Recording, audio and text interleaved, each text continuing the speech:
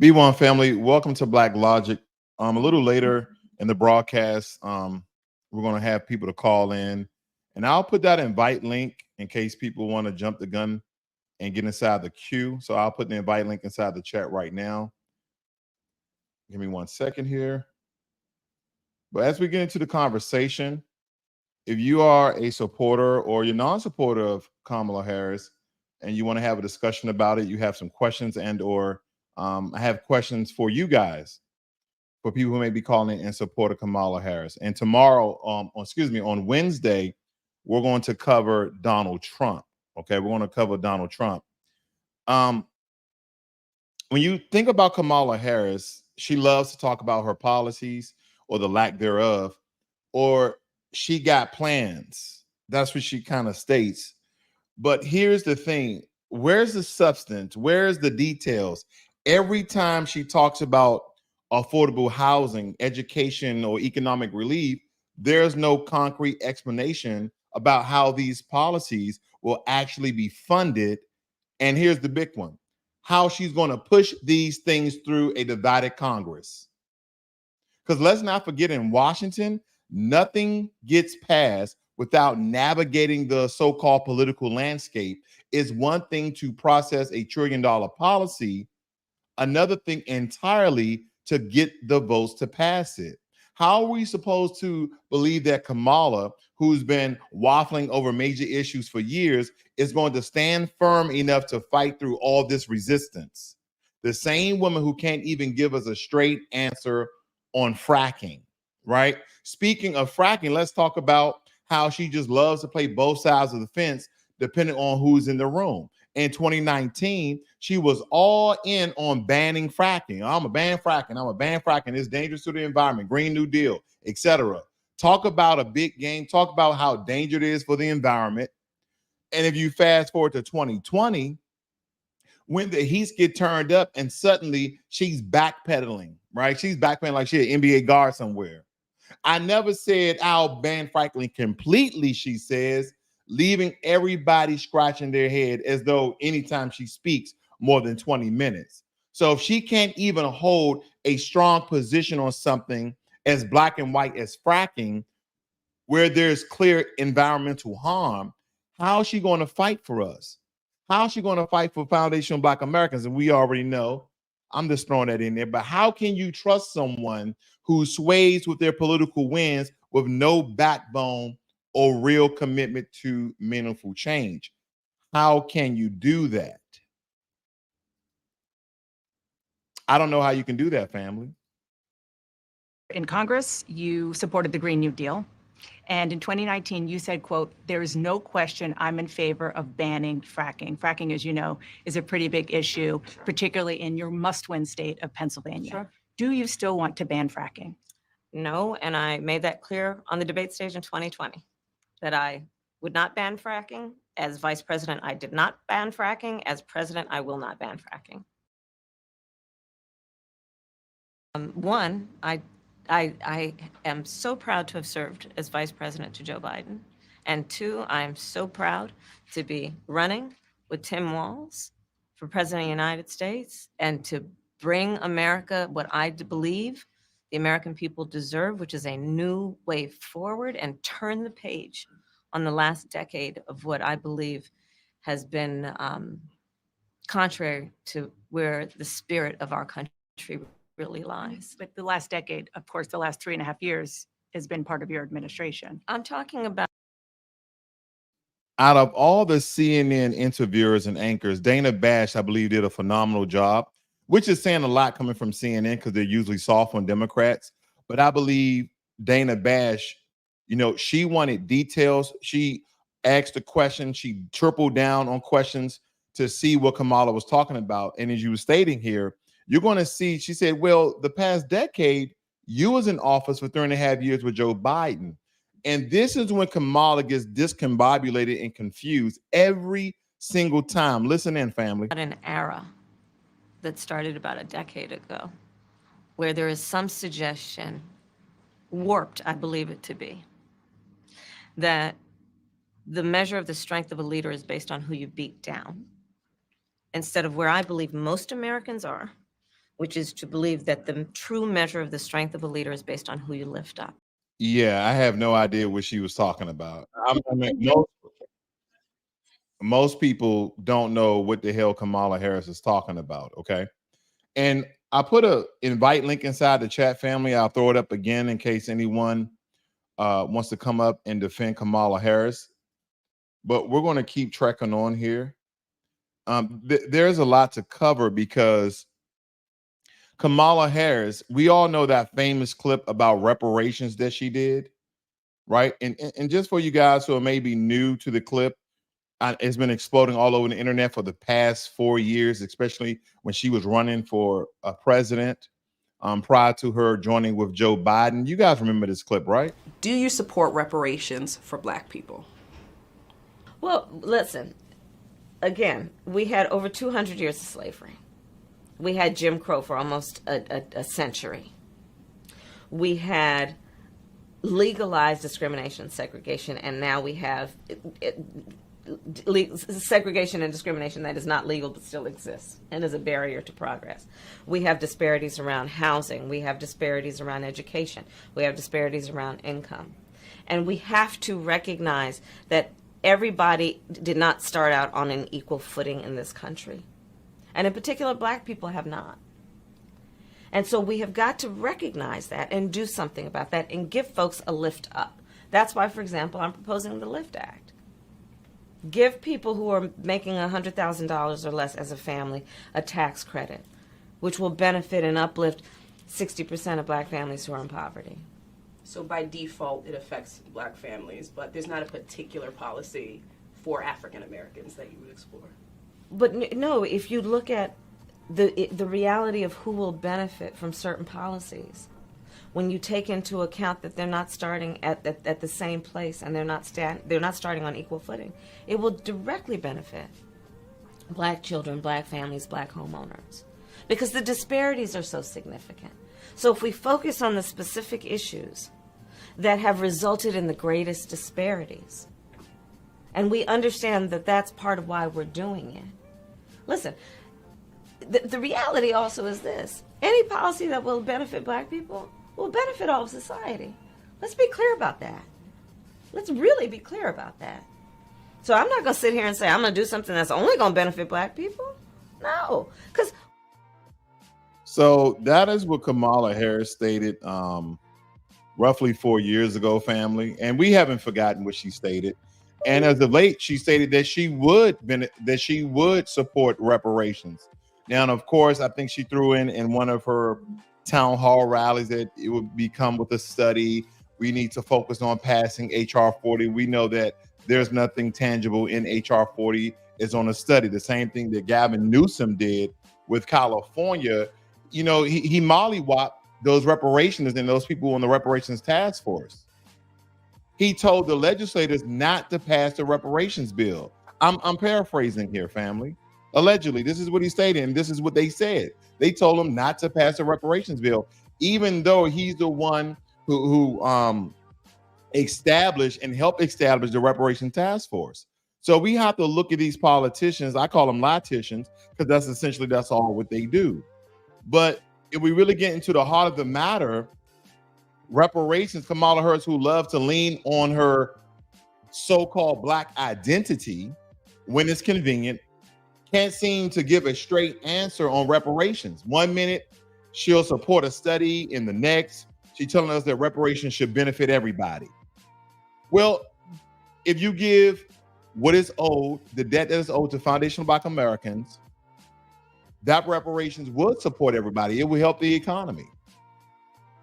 So reparations aren't for everyone, though. It's for those who were persecuted. It's for the descendants of those who were enslaved here in America. It's for foundational Black Americans who are the descendants of slaves.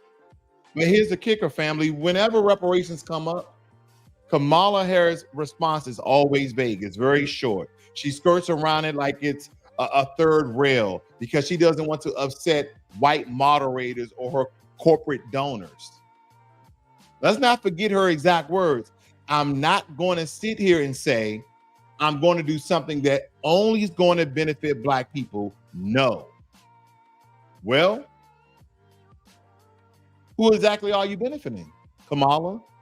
It's always wait for the study, wait for the commission. But let's be real, there are no solid steps being taken towards delivering what's owed to foundational Black Americans. Reparations are long overdue. And I don't care about any Negro stating that, oh, you just want something for free, or any white supremacy adjacents or those who operate in white supremacy ideology stating that you just need to get off your butt and do something. A debt is owed. And Kamala, when it comes to this issue, she's been playing games for far too long. If she can't stand firm on reparations, how can we trust her to fight for any policies? Listen, any policies that benefit us in any way. How can we do that? We have an open border problem. And who's really paying the price? Who's really paying the price, family? I see we got Mikey Fleming in the room. Extreme X, peace to you as well. Okay, I threw an invite link, family, if you guys have any questions, but have some questions for those who want to call in and discuss as well. Because this is not a hot topic. This is the topic for right now. These are what these politicians are doing. And that's what we have to understand. When it comes to her open door policies, which has basically wreaked havoc on Black communities around the US, more than anyone wants to admit, Kamala pushes for open borders. And she has, her and Joe Biden, letting immigrants flood into the country without a concrete plan on how to manage resources, let alone secure the border, which has directly impacted FBAs the most. She talks about it's a humanitarian crisis, but the real crisis is happening in our communities, and let alone America. Think about the millions of Americans who are living on the street. Now, don't get me wrong, family. I know some of you may say, well, some of them want to live on the street, but majority of people don't want to be unsheltered. Majority of the people don't want to be homeless. Majority of people don't want to be strung out on alcohol and drugs. They don't.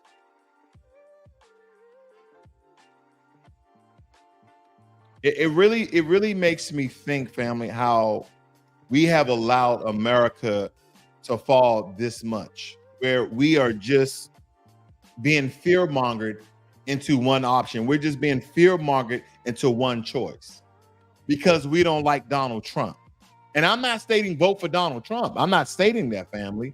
But we feel as though we always have to vote for the lesser of two evils. Like there's not a third choice. Because we can't come to the conclusion that we have the right to vote or not to vote. Because think about it. When Donald Trump was in office, did you hurt more or were you more progressive? Or did your situation stay the same?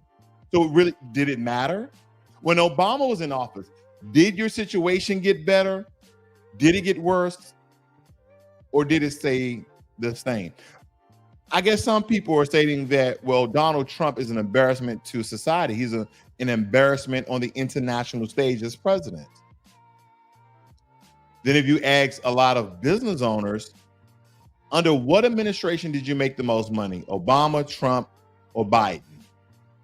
Consistently, I've heard people say Biden. And I know it's not all about the money, but for some reason we live in a capitalistic society where people are always trying to make more money so they can buy more things or do more things, whether they be negative or positive.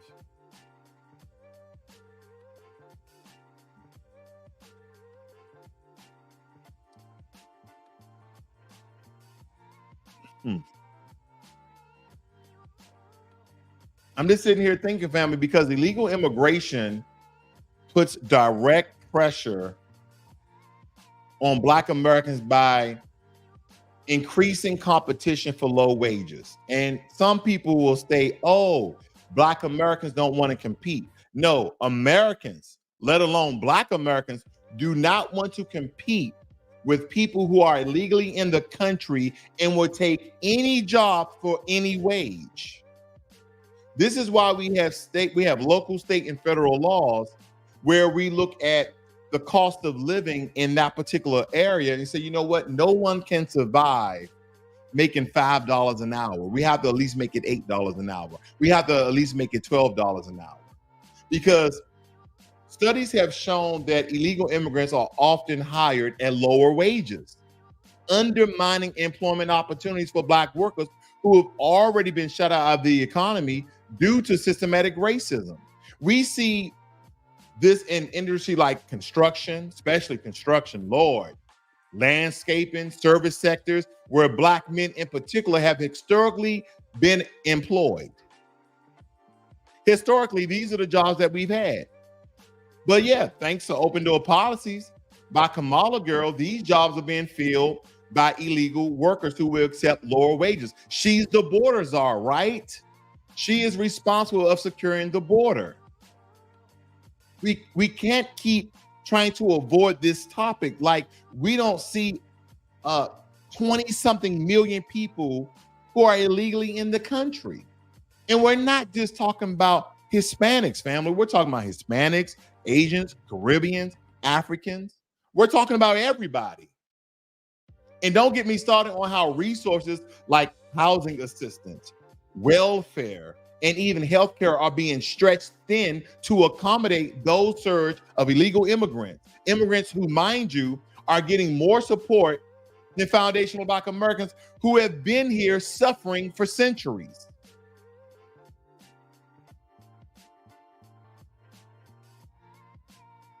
We're talking about $450,000 payouts being proposed for families that's separated at the border. And now think about that.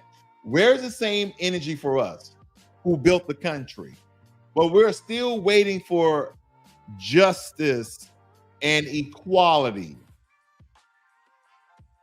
That's what we're waiting for, is it not? Because this particular administration, Kamala Harris, has prioritized the struggle of illegal immigrants over the needs of homeless, over the needs of those who need the support of these systems, more so than those who are illegally in the country. When we talk about the debt that is paid, we were told it's complicated. Reparations, what are you guys going to do with the money? Are you guys going to buy rims and Jordans? Are you going to lift up your vehicles? Are you going to go buy Chanel, Fendi, Balenciaga? Are you going to just blow your money? Doesn't matter. When President Obama gave Jewish Holocaust survivors millions of dollars in earmark money, no one asked them what they was going to do with the money. No one asked them. Oh, well, we just know that the Jewish Holocaust survivors are just going to live their lives in peace and with dignity, and they're going to build businesses, so we don't have to ask them. Well, that's exactly what foundational Black Americans would do. We're going to build business. Some people are going to trick it off. Some people are going to pay their bills. Some people are going to pay off their student debt. There's a lot that can be done with the money that is owed to us. But when it came to reparations, they said it's complicated and it needs a study, right? But when it comes to cutting the check for illegal immigrants, they seem to have it all figured out. We got all types of funds. We got all types of money that we can give illegal immigrants. And we are totally ignoring the laws like the Immigration and Nationality Act of 1965 that basically shifted the landscape that disproportionately harmed Black workers by allowing millions of immigrants into the country. And now under Kamala's so-called VP leadership, we see policies that offer protections and assistance to those who are not even citizens, while we continue to struggle. Meanwhile, her keeps preaching about unity, diversity, inclusivity, but who's actually benefiting? So when I look at Kamala Harris in a nutshell, family, she is no friend to foundational Black Americans. And matter of fact, it seems as though she's not a friend to America, especially the American citizens. She's proven time and time again that she will say whatever it takes to appeal to her base. But when it comes to delivering concrete, actionable policies for us, she falls short every time. From her flip-flop on fracking, her empty promises on reparations, to her open border policies that truly hurt Black communities. She's not here fighting for us. See, and there's going to be a lot of women, they're going to vote for Kamala Harris because of Roe versus Wade. They want, on a federal level, for them to go out and have the freedom of the choice of their bodies. We know where we're getting at, family. Pro-choice, so to speak. But when it comes to us, we need someone who is committed to tangibles, specific policies that uplift our people, not someone who panders for votes and then abandons ship when it's time to make real change. We deserve better. We've always deserved better. The country deserves better. So if you're still on the fence about Kamala Harris, take a look at her record, or take the look at the lack of her record, if there even is a record. And ask yourself, is she fighting for foundational Black America? Is she fighting for the American people? That's the question. That's the question, family. I'm going to throw this invite link back up in case anyone has anything they want to discuss. Check the chat. If you have anything you want to discuss, you want to join in on the broadcast. And if you do join in on the broadcast, I do have a question for you. And this is not in the spirit of debate. If it turns into a debate, then so be it. But this is not in the spirit of debate. But I do have a couple of questions. As a matter of fact, you can prepare for the question. So the question is, or one of the questions rather, how can Kamala Harris claim to have effective policies? Okay, how can she claim to have effective policies when she fails to provide specifics on how they will be funded or passed through Congress? How can she claim to have effective policies if she never provides details on how they will be funded or passed through Congress? And I know she's going to impose a higher tax percentage on the people who are making over $450,000. And then the second part of the question kicks in. How are you going to pass that through Congress? You know, every Democrat has tried to do this and it's never worked. It's really never worked. And again, I'm apolitical. I'm not a Republican. I'm not a independent, and I'm not a Democrat. But these are the questions that we need to ask, because at any given moment when they start to provide tangibles, I'll be there to vote. You always should stay registered to vote in case you make the decision to vote. I know in Texas, I think today was the last day to register to vote. So if you're in the Texas area, but I don't see anyone who wants to join. I don't see anybody who wants to join, ask a question. But shout out to everybody who's joining me this evening. Alpha Light, FBA Build America, Volvo, I see you in the room, Stream X, Kimberly Hill, Miss Melody. I'll read some of your comments here. Michael Fleming says, I'm voting for Trump. Alpha Light states, if Trump loses, it's game over for America. Okay, that's a stretch. Kamala, this is from FBA Built. Kamala so horrible that I refuse to ever vote Democrat ever again. Wow. Okay. Extreme X, peace to you as well. Volvo states, when she says, listen, the lies begin. Indeed it does. Or let's be clear. Kimberly Hill sounded like she was going to make America great again. Hey, Log, did you hear Martin Luther King III wants a black and brown coalition? Yeah, I heard that trash. He is not his father. Okay, he is not his father. So We got to ignore that guy.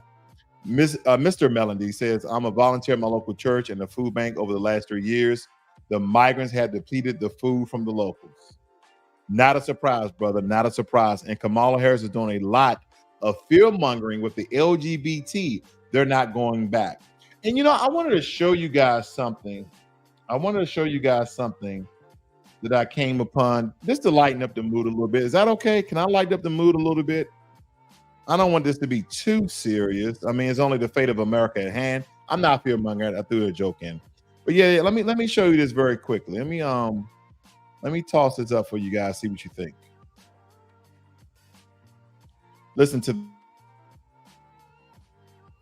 I'm Kamala Harris, and today I'll be showing you my old John. Wow. Yeah, Mickey D's. We all love a Whopper. Did you work at this location? No, but it still signifies 1 in 3 Americans will work at McDonald's at least once in their life. It is America. Okay. Let's go get a Whopper or something. Yeah. What do you like? Extra onion?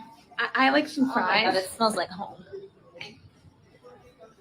No, they didn't have these when I worked here. I don't know how this works. I don't like that at all. And under my rule, there'd be no more.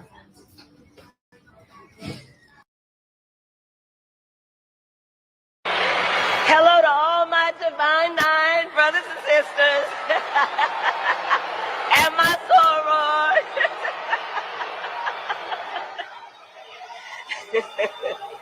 And to all my HBCU brothers and sisters. Hello to all my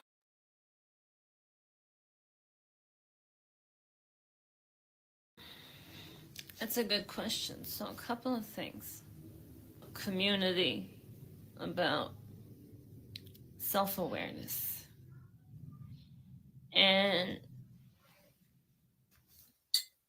But as far as we can be concerned as a nation, well, when you ask a question like that, you need to consider all the modalities. The modalities, whether they're neutral or they're coveted in a bunch of lies. That's concerning. That is, that is quite concerning.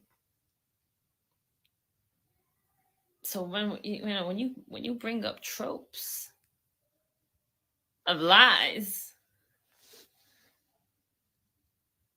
you're bringing up a lot more than that. You're bringing in a conversation that nobody really wants to have.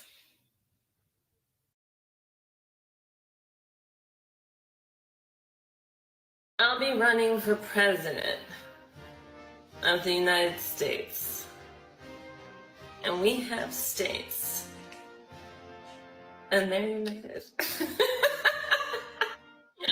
Okay, thank you, Vice President Kamala Harris.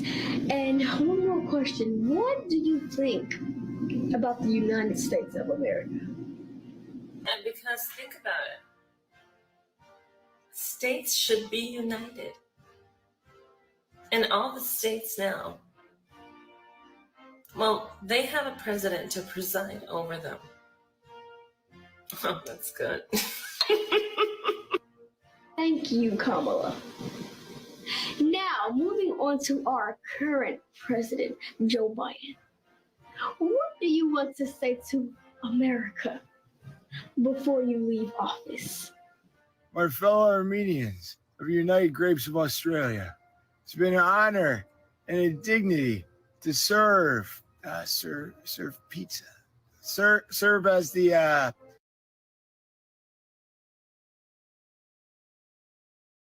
I can imagine what can be and be unburdened by what has been. What can be unburdened by what has been. There are those who are unable to see what can be. But there are many more who are able to see what can be unburdened by what has been. Remember Venn diagrams, those 3 circles? Right. And then let's just see where they overlap. You will not be surprised because I have constructed a Venn diagram on this. Remember those three circles, how they overlap? I love Venn diagrams. So I just do. Whenever you're dealing with conflict, pull out a Venn diagram, right? And so, the three circles. Ukraine is a country in Europe. It exists next to another country called Russia. Russia is a bigger country. Russia is a powerful country. Russia decided to invade a smaller country called Ukraine. So basically, that's wrong. I am Kamala Harris. My pronouns are she and her. I am a woman sitting at the table wearing a blue suit. I can imagine what can be. Family, and of course, when it comes to Donald Trump, it's not like it gets better, right? But that term she kept using, I want you guys to be familiar with this term. She uses this quote a lot. I want you guys to hear it one time. We're not going to go through the entire video again, but I want you to listen. I can imagine what can be and be unburdened by what has been. What can be unburdened by what has been. There are those who are unable to see what can be, but there are many more who are able to see what can be unburdened by what has been. Remember Venn diagrams? Now, have any of you guys ever thought about what that truly meant? Like, what is that quote she's using, and where did it come from, and what does it mean? Well, I believe Eric Weinstein did a great breakdown. Let me see if I can get this popped up for you guys. I would love for you guys to hear this breakdown of what he's stating here. Can you please try and explain to me what you interpret by what can be unburdened by what has been? What does that mean?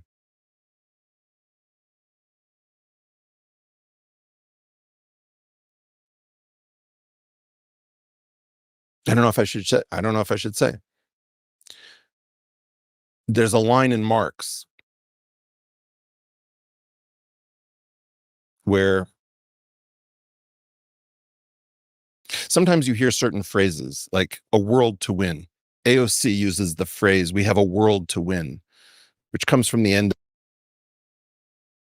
I've heard AOC, Ocasio-Cortez, use that term. And believe it or not, family, that's a Marxist term. And just to kind of give you a very quick synopsis, being a Marxist is being anti-capitalist, right? What America has been built on, and the reason why America is the most prosperous country in the world, and let alone the most powerful country in the world. And if you guys are familiar with Karl Marx, you guys can go reference this for yourself. But it says the proletarians have nothing to lose but their chains. They have a world to win. And that's sort of a quote that Marxists use sometimes. And that is what Eric Weinstein was referring to. Of the Communist Manifesto, originally written in German. It was the name. I used to hang out in the Revolutionary Bookstore in Cambridge, Massachusetts with the communists because they print everything in every language. So if you're trying to learn multiple languages, they'll print the same text in all of these languages and you can compare. It basically says you have to wipe out what has been to arrive in the new. And where's it from? What can be unburdened by what has been? It's not a direct translation, but it occurs in Karl Marx. Now, I wasn't expecting this. I could find you the exact reference. If you think about what Mao had to do to wipe out Chinese history, what Pol Pot had to do, you're trying to wipe out memory because the memory has all of this burden. Why is it important to go after doctors and lawyers and teachers and professors? Because in some sense, they are going to resist the new order that you're about to impose. You're looking for a blank slate. So like get tethered to the past. Okay, I'm going to tell a story I don't know that I've ever told anyone. Maybe I have, maybe I haven't. Can't promise it's original to you. But I was in Hoi An in Vietnam. Now I'm going to lose this one. And I want you guys to pay close attention to Eric Weinstein's story, because he's getting he sometimes can be long-winded, and we won't video entirety. Okay, we won't listen to this video in its entirety, but he gives a story to kind of give a backdrop of how he's building on where this quote essentially came from and kind of its origination and how it came to be, so to speak. And I think it's important. Fair use, all video clips that was used in this video for commentary and educational purposes. There we go.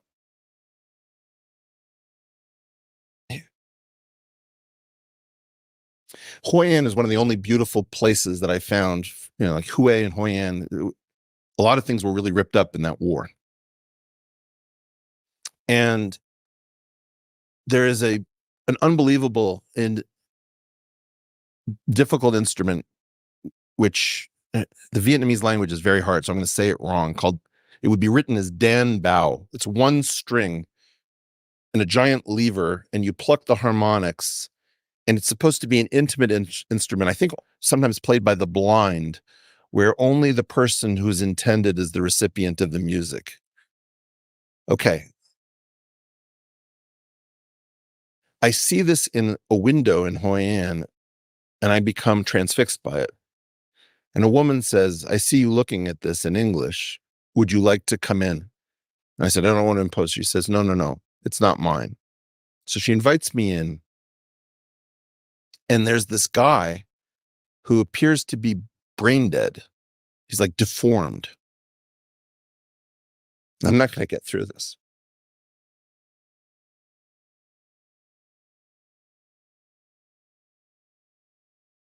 And he's speaking very haltingly, and I don't know who he is. And something about music, something about journalism, something about a professional. I can't really make out what's happening. I'm asking about the instrument. And this woman brings him a guitar. And this deformed man starts playing some transcript, like Chopin or some piano concerto on the guitar at some incredible level. And I can't even imagine that his body can do it. And so I have no idea where I am or what's happening. And then he motions for like a book. And she brings a book.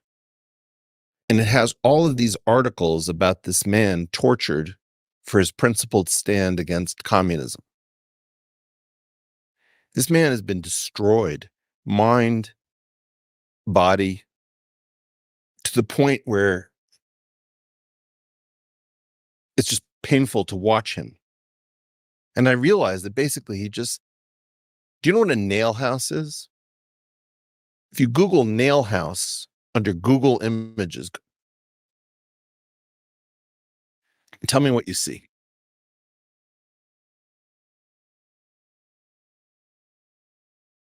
It's a tall building, an individual standalone structure in the middle of a road. There are these people who will not give up their homes when a shopping mall goes in or a road is put. And for some reason, they'll build a highway to screw over the person who stands up and says, I will not move. And the idea is that that road is the future, unburdened by what has been, and then there's some holdout who won't go along with the program. If Kamala Harris is as unsophisticated as we think she is, do we really believe that she is quoting from the dark depths of... Why do you believe she is as unsophisticated as you have just claimed? What did her father do? I don't know. Look it up. And by the way, I am assuming that I will end up on the Open Skies watch list as a result of this podcast. That is crazy. The quad S on her boarding pass.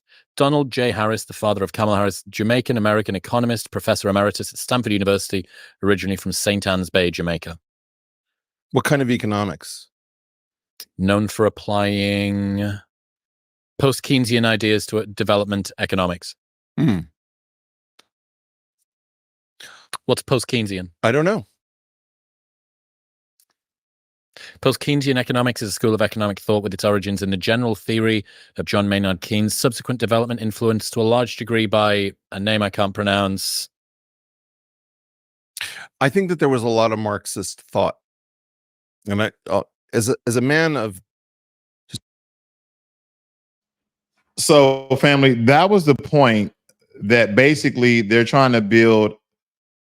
They're building a premise against Kamala Harris, basically stating that she's indeed, because of her father, and again, she didn't have a lot of the information or the evidence that's out there. She didn't have a lot of contact with her father, but nonetheless, that statement it derives from a Marxist ideology, that is anti-capitalism, right?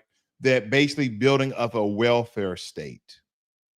And that's why you can kind of link the and when I say open border policies, they're not worded as open border policies, but nonetheless, we see people who are illegally in the country that can get resources, benefits, and cash payments, because essentially America, we would like to believe, is majority capitalist. But if you look at the very fabric of America, we've been operating probably anywhere from a 40 to 55% socialist country.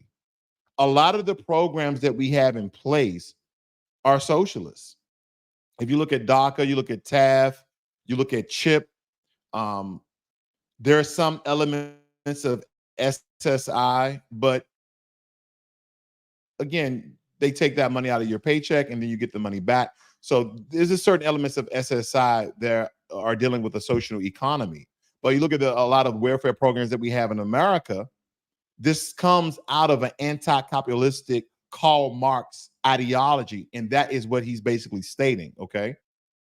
Because a lot of the terms that she's using, these phrases, these quotes that they continue to go over and over again, as he stated before, when it came to AOC making the comment, "a world to win," is literally right out the Karl Marx, manuscripts, if you ever read some of his work. So this quote would have been, I don't know, I even say it correctly. This is essentially the government that we're living in, and this is why these things are taking place. So again, before I end the broadcast here, I will put a link inside of the chat if anyone has any questions. I also have a question for anyone who would like to join. So I'll give that a couple of seconds before I end here, family. But these are the things I wanted to share with you with Kamala Harris. I'm not going to get into her identity. I already covered that. I cover so much in the political landscape as we're coming close to the election. And on Wednesday, we're going to cover Donald Trump. Okay, we're going to cover Donald Trump in the same fashion. Okay. But nonetheless, you guys have a great and wonderful evening. I'll see you guys on the next one. Be one.